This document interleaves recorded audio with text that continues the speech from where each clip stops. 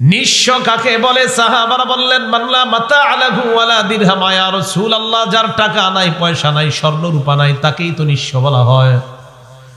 নবীজি জবাব দিলেন আল মুফলিসু মিন উম্মতি, আমার উম্মতের মধ্যে সবচেয়ে নিঃস্ব ওই ব্যক্তি, ইয়াতি ইয়াউমাল কিয়ামাতি বিসলাতিন ওয়া সিয়ামিন ওয়া যাকাত, যেই বান্দা কিয়ামতের ময়দানে নামাজ নিয়ে, রোজা নিয়ে, যাকাতের পাহাড় নিয়ে আল্লাহর দরবারে যাবে। যাওয়ার পর তার সামনে অসংখ্য অগণিত মামলা দায়েরকারী আল্লাহর কাছে এসে বলবে, আল্লাহ, এই ব্যক্তি আমার রক্তপাত ঘটাইছে, মাবুদ, আমি এটার বিচার তোমার কাছে চাই। আরেকজন বলবে, এই ব্যক্তি আমাকে অন্যায়ভাবে আঘাত করেছে, এটার বিচার তোমার কাছে চাই। আরেকজন বলবে, আল্লাহ, দুনিয়ায় বড় ভালো মানুষ সেজেছে, কিন্তু অন্যায়ভাবে আমার সম্পত্তি দখল করেছে, আমি তার বিচার চাই। আল্লাহ বলবেন, তুমি তোমার নেক আমল থেকে তাদেরকে দিয়ে দাও। হাদিসের মধ্যে আসছে, হাত্তা ইযা ফানিয়াত মিন হাসানাতিহি, তার নেক আমলগুলা দিতে দিতে শেষ হয়ে যায়। এবার অন্যান্য মামলা দায়েরকারীরা এসে বলবে, আল্লাহ, আমরা তো এখনো বাকি, আমাদেরটা কোথায়? আল্লাহ বলবে, দাও। ওই বান্দা বলবে, আল্লাহ, আর তো নেক আমল নাই। এবার আল্লাহ বলবে, তোমাদের গুনাহগুলা তাকে দিয়ে দাও। বলেন নাউজুবিল্লাহ।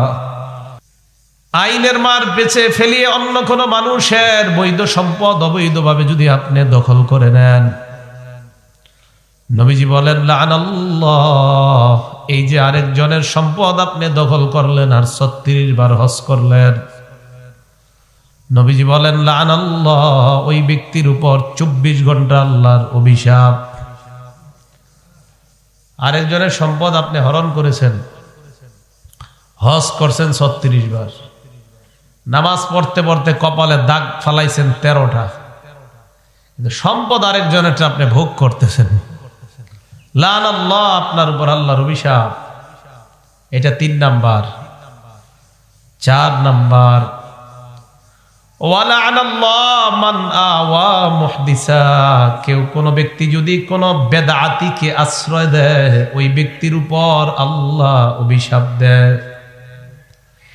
ইসলামের মধ্যে নতুন কিছু যদি কেউ বানায়, সওয়াবের নিয়তে, ইবাদতের আশায় যদি ইসলামের মধ্যে নতুন কিছু কেউ বানায়, আর ওই ব্যক্তিকে যদি আপনাদের কেউ আশ্রয় দিয়ে দেয়, ওই ব্যক্তির উপর আল্লাহর অভিশাপ। বলেন নাউজুবিল্লাহ। তাহলে যেই ব্যক্তি কোনো বেদাতিকে আশ্রয় দেয়, তাকেও আল্লাহ অভিশাপ দেয়। এই জন্য এর মধ্যে একটা জানলাম, আল্লাহ ছাড়া অন্য কারো নামে পশু জবাই করা, এটা শিরিক, এটা করা যাবে না, এটা অন্যায়।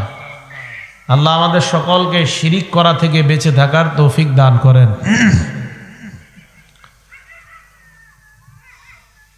রাসূল আকরাম সাল্লাল্লাহু আলাইহি সাল্লাম আরেক হাদিসের মধ্যে ইরশাদ করেন, আব্দুল্লাহ ইবনে মাসউদ রাদিয়াল্লাহু তাআলা আনহু নবীজিকে প্রশ্ন করলেন। সহিহ বুখারী হাদিস নাম্বার ৬৮৬১ নাম্বার হাদিস।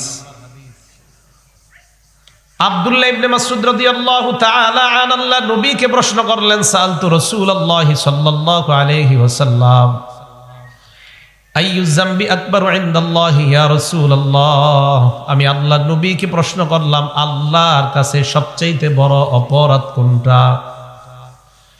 নবীজি জবাব দিলেন, আন তাদউয়া লিল্লাহি ওয়া হুয়া খালাকাক, তুমি আল্লাহর সাথে অন্য কাউকে ডাকা। আরেক বর্ণনায় আনতা জাআলা লিল্লাহি নিদ্দান ওয়া হুয়া খালাকাক।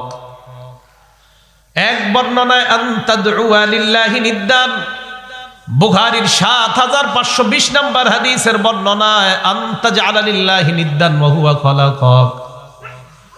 আর এই বর্ণনা, এটা হলো বুখারীর ৬৮৬১ নম্বর হাদিসের বর্ণনা। এখানে আল্লাহ নবী বলেন, আনতা তাদউয়া লিল্লাহি নিদ্দা, আল্লাহ তোমাকে বানাইছে, আল্লাহর সাথে কাউকে শিরিক করা, এটা হলো সবচাইতে বড় অপরাধ।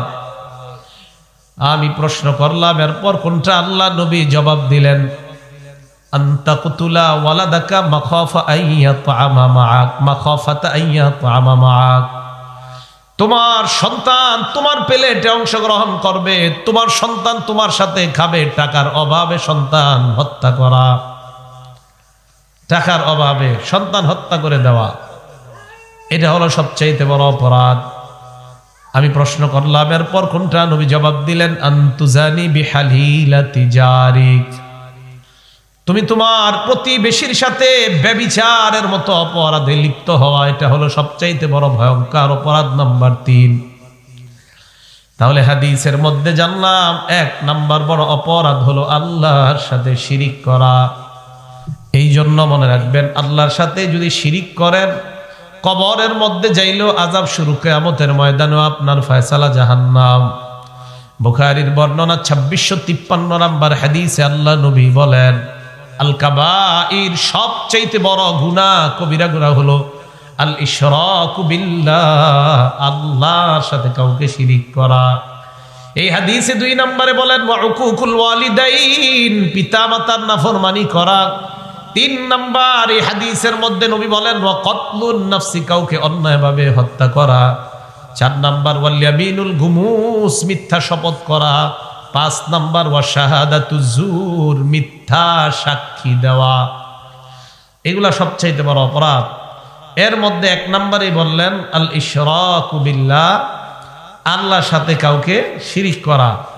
এই জন্য আমার আপনার খুব বেশি টেনশন করা উচিত যে আমি আপনি যেন শিরিক মুক্তভাবে আমল নিয়ে কবরে যাইতে পারি। আল্লাহ তৌফিক দান করেন।